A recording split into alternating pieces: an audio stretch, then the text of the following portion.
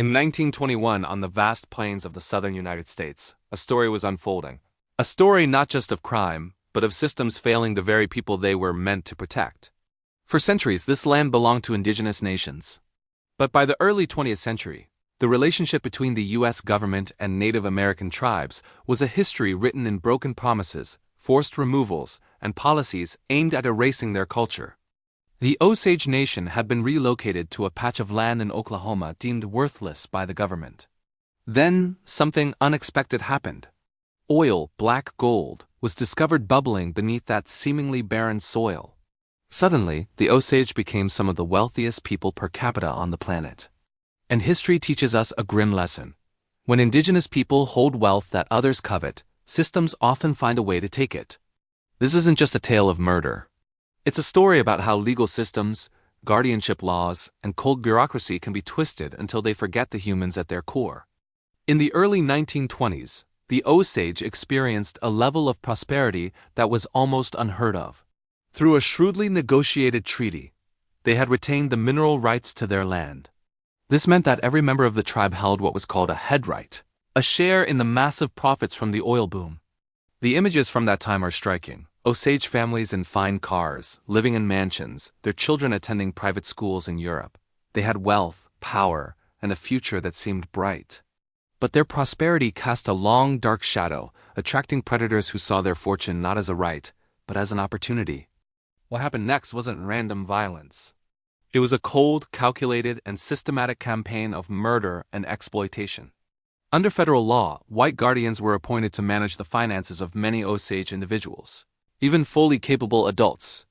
This guardianship system, created under the guise of protection, quickly became a weapon.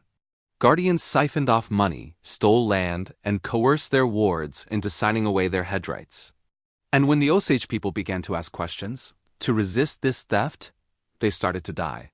One by one, they disappeared, their deaths written off as accidents, suicides, or unknown causes. At the heart of this tragedy is the story of one Osage woman, Molly Burkhart. Her family was targeted with ruthless precision. Her sister, Anna Brown, was found shot to death in a remote ravine. Soon after, her other sister, Rita Smith, was killed along with her husband when their home was blown up by a bomb. Her mother, Lizzie, died from a suspicious wasting illness. All the while, Molly herself was being slowly poisoned, growing weaker by the day. The very system that should have protected her, that should have investigated these deaths, was complicit in her destruction. Local law enforcement was corrupt or indifferent. Officials looked the other way. The shield of guardianship had become a shroud, suffocating the people it was meant to defend. The web of deceit began to unravel when suspicion fell on a man no one wanted to suspect, Molly's own husband, Ernest Burkhart. As investigators, including agents from the fledgling Bureau of Investigation, which would later become the FBI, dug deeper, they uncovered not just a single killer, but a sprawling conspiracy. It involved local ranchers, prominent businessmen, lawyers, and even law enforcement officers. They had systematically conspired to murder Molly's family to inherit their oil head rights. In their eyes, the Osage were not people. They were not mothers, sisters, or fathers. They were obstacles, figures on a ledger standing between them and immense wealth. The system had entirely forgotten that these were human beings with families, with dignity, with lives that mattered. You might think of this as a story from a distant, lawless past. But the Osage Murders, this reign of terror, happened within living memory. And its echoes are a chilling reminder that our systems, our legal systems, our financial systems, our social safety nets are only as just and humane as the people who operate them. When we design institutions without building in robust safeguards for the vulnerable, we are inviting catastrophe.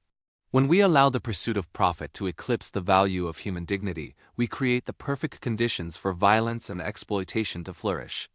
This isn't just history. We see similar patterns today, though they may take different forms.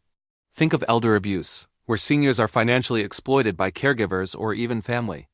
Think of guardianship fraud, where the disabled are stripped of their assets by the very people appointed to protect them. These tragedies continue because systems, even in our modern world, can still forget people. They can be manipulated to serve greed instead of justice. The story of the Osage is not just a chapter in a history book.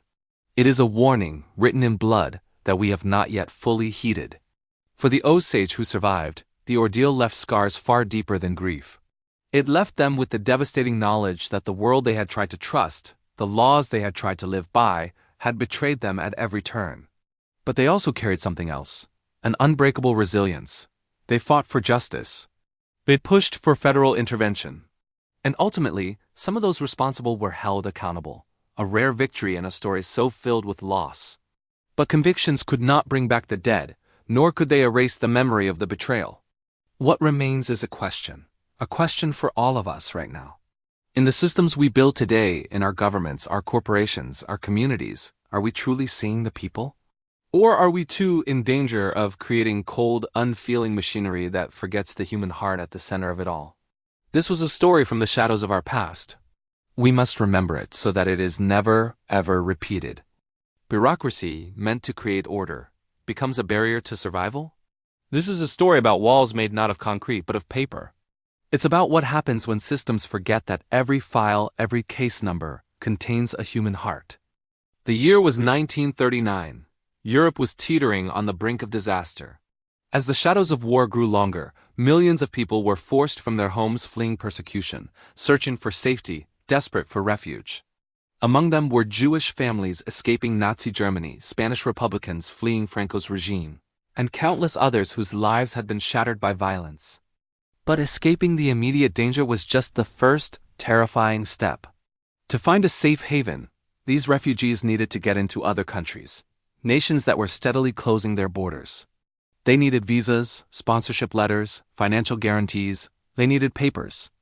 And getting those papers meant navigating complex systems that processed applications, systems that verified documents, systems that held the power to decide who would live and who would be sent back to face certain death.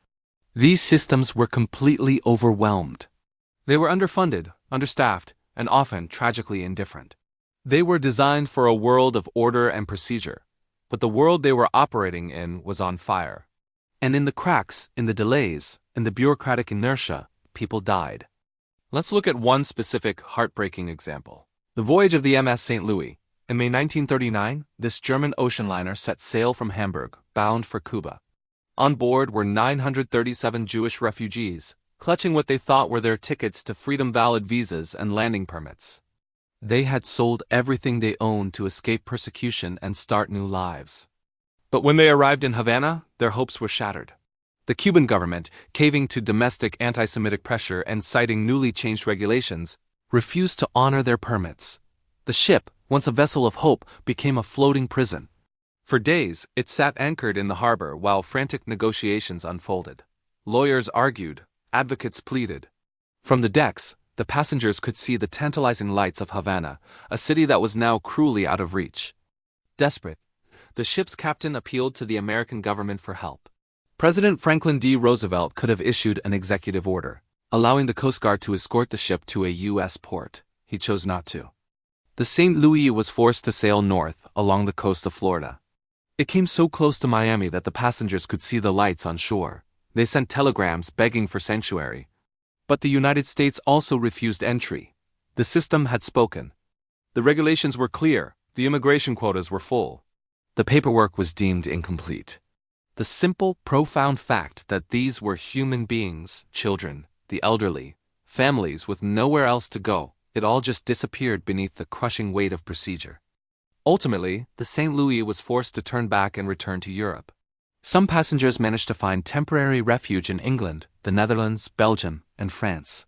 But for many, this was only a brief reprieve. When the Nazis later invaded those countries, a significant number of the St. Louis passengers were captured again. Historians estimate that about 254 of them, more than a quarter of those who had sought refuge, perished in the Holocaust. They had escaped Germany once, only to be trapped and killed by systems that could not, or would not, see past their own rules. This tragedy, the story of the St. Louis, is not just a relic of history. It's a pattern that repeats itself in different forms every single day. Today, refugees flee conflict and persecution in places like Syria, Afghanistan, Myanmar, and Central America. And what do they face? They face digital walls of paperwork, restrictive quotas, and labyrinthine regulations. They wait in sprawling refugee camps for years while their applications are processed at a glacial pace. They watch from flimsy boats as coast guards turn them away. They die in unforgiving deserts and treacherous oceans because the systems designed to protect borders have forgotten that those borders are crossed by people.